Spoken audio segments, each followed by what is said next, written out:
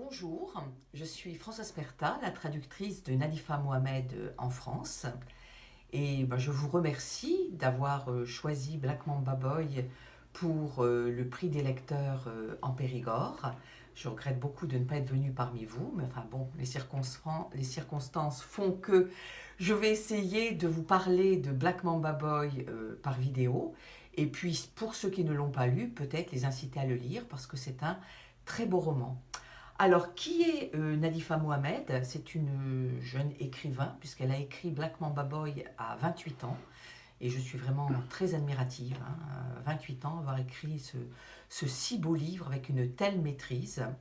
Elle est née en 1981 à Hargeisa, au Somaliland. Hargeisa, dont on parle beaucoup dans le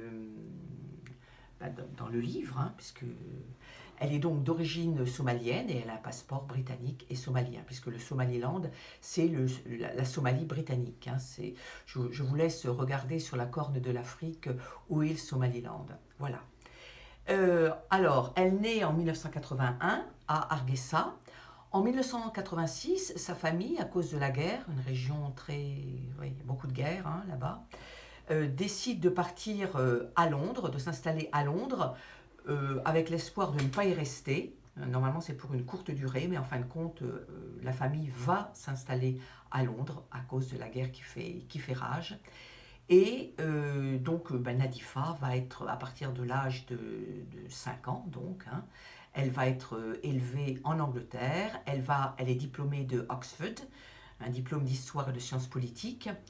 Elle a écrit donc 2 romans, Black Mamba Boy, hein, dont je vais vous parler, et puis Le Verger des âmes perdues, dont je vous parlerai à la fin. Et là, elle vient d'en finir un 3e, qui sera publié en France, je ne sais pas trop quand. Alors, Black Mamba Boy, son premier roman, publié en 2009 dans les pays anglo-saxons, s'inspire de la vie de son père au Yémen dans les années 1930 et 1940. Black Mamba Boy est l'odyssée intime de Jama. D'ailleurs, son père s'appelle Jama. C'est un jeune Somalien où l'on voit l'histoire personnelle de ce jeune Somalien se mêler à la grande histoire, c'est-à-dire les guerres entre puissances coloniales britanniques et italiennes. Alors, il y a je vais me reporter à la table des matières du livre, parce que je disais c'est une odyssée intime. En effet, le livre commence à Londres, où le père est âgé avec son fils, dont on parlera à la fin du roman, hein, naissance du fils. Et donc, Londres, ça commence par une ouverture à Londres, août 2008, que va vous lire Isabelle, hein, la comédienne, donc je n'en parle pas. Et ensuite, selon la table des matières, on voit les pays traversés et on suit chronologiquement où passe Jama. Donc, voilà, ça commence à Aden, au Yémen, en octobre 1935, où il a 9-10 ans, c'est un jeune enfant. À Aden, ensuite il va à Hargeisa, Somaliland, ensuite Djibouti, ensuite différents pays de cette partie de l'Afrique pour aboutir en Érythrée en 1936. Guerre coloniale entre la Grande-Bretagne et l'Italie en Érythrée 1936-1941. Il s'installe en Érythrée, le Soudan, l'Égypte, la Palestine, sur le bateau. Et puis ensuite, retour à Londres. Donc la boucle est bouclée. Le serpent, se mord la queue. Donc, la table des matières nous donne la liste de tous les pays traversés chronologiquement. C'est quoi le moteur de Black Mamba Boy? C'est la quête du père. Jama ne connaît pas son père. Hein. Jama est élevé par une femme seule à Aden, Yémen. On voit d'ailleurs la misère dans laquelle ils vivent. On voit sa mère exploitée dans son usine de café. Le père, Gour, les a abandonnés. Lui, il était bébé. Hein, bébé. Et dans ce premier chapitre qui se passe à Aden, où on le voit vivre la misère avec sa mère, on le voit obsédé par l'image de son père. Il fréquente une gargote où viennent des Somaliens, puisque Aden est au Yémen, et lui, il est somalien, hein, c'est en face, hein, c'est en face si vous regardez la carte de cette partie de l'Afrique. Et je lis juste une petite partie. Là, il est dans cette gargote. Il ne savait pas à quoi son père ressemblait, car sa mère parlait rarement de lui. Il n'empêchait qu'il avait l'intime conviction que s'il avait un jour la chance de croiser son regard ou de l'observer bouger ou parler, il le reconnaîtrait immédiatement parmi les hommes peu soignés et irait se présenter à lui comme son fils. Donc, l'obsession de Jama, c'est de retrouver son fils, de retrouver son père. Et dans les rues d'Aden, où il vit une vie d'enfant des rues, hein, il est à l'affût, il regarde les hommes qui passent, des fois il interpelle la nuit, Gour, c'est le nom du père, viens chercher ton fils. Il est obsédé par son père. Donc, il est avec sa mère. Hélas, sa mère meurt, misère, malnutrition. Et enfant des rues, il est attrapé par une lointaine parente qui l'envoie à Hargeisa dans la famille de sa mère. Or, il n'aime, ça c'est le chapitre 2, il n'aime pas, il n'est pas heureux dans la famille de sa mère, il n'est pas habitué, il y a des femmes hostiles, donc il décide de partir. Il décide de partir et tout seul, un adolescent de 10-11 ans, hein, il part en quête de son père. Oui, ce que j'ai oublié de vous dire, c'est qu'à Aden, on le voyait vivre la vie des enfants des rues avec ses deux copains Shidan et Abdi. Et on ne sait jamais le soir où il va dormir, il ne sait pas ce qu'il va manger dans la journée. On voit, enfin, les projecteurs sont braqués sur la vie des enfants des rues, dormir dehors, ne pas manger à sa faim, trouver un endroit où les prédateurs humains ne peuvent pas l'attraper pour dormir. Et puis on voit, c'est aussi une description très tendre de ces enfants des rues. On les voit avec leurs rêves de richesse. L'un dit, quand je serai plus grand, je serai trafiquant de diamants. Ils rêvent d'avoir des chaussures brillantes alors qu'ils marchent pieds nus. Et il n'y a que la poussière qui recouvre leurs pieds. On voit aussi les conflits entre clans juifs, Yibir, Agi, Idagal. On parle beaucoup de clans, on est ailleurs là, hein, on est vraiment ailleurs. Bon, donc voici Jama qui quitte la famille de sa mère, qui arrive bon gré mal gré à Djibouti, qui rencontre des gens positifs, qui rencontre des racistes, des gens méchants, qui fait toutes sortes de rencontres. Puis il arrive en Érythrée où la guerre entre puissances coloniales fait rage, hein, puisque la Grande-Bretagne et l'Italie se disputent ce pays.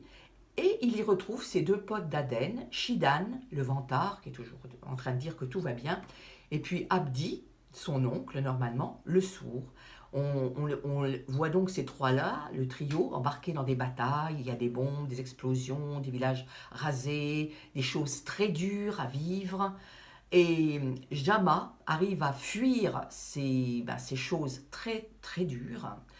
Il arrive à se sortir de cet enfer et à trouver un endroit en Érythrée où la guerre ne fait pas rage et où il devient fermier et commerçant. Il est déjà adolescent, il a 15, 16, 17 ans. Il rencontre Bethléem, une jeune femme érythréenne dont il tombe amoureux. Mais, parce qu'il y a du surnaturel dans ce livre, c'est très beau d'ailleurs, en Érythrée, alors qu'il pourrait faire sa vie, une vie heureuse avec Bethléem, une nuit, il voit le fantôme de son père qui l'enjoint à partir pour l'Égypte. Hein, le père lui dit, tu ne peux pas t'en compter ici quand ton destin t'attend en Égypte. Donc on a du surnaturel. Et Jama croit le fantôme de son père et décide de quitter la vie sympathique qu'il avait en Érythrée auprès de cette belle érythréenne et de partir en Égypte. Alors là aussi, hein, camion, chameau, enfin c'est toute une odyssée, toute une aventure. Il arrive à Alexandrie, en Égypte, et on le voit vivre une vie de misère avec d'autres déracinés. On le voit chercher un boulot, faire des petits boulots, vivre de petits trafics.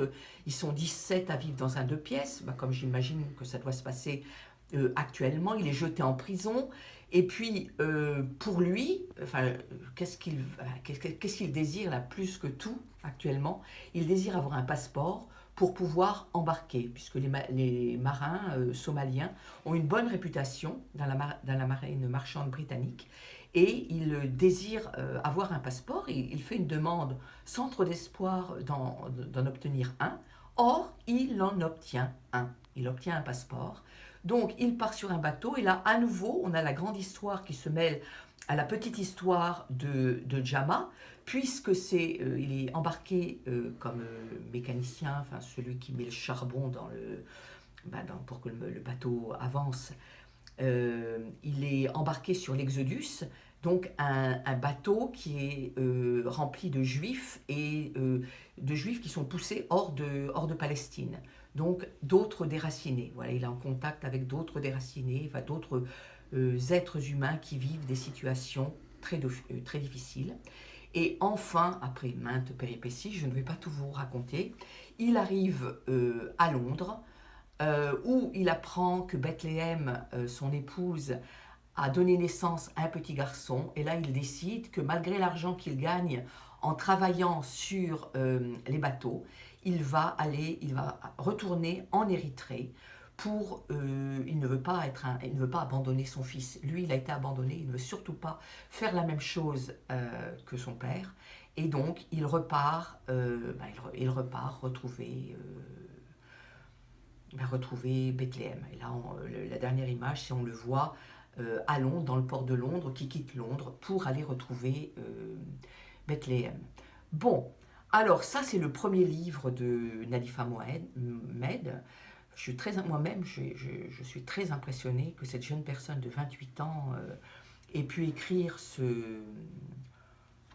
ait pu avoir autant d'imagination. C'est décrit dans un langage très poétique, avec beaucoup de tendresse pour ces êtres déracinés, des êtres déracinés.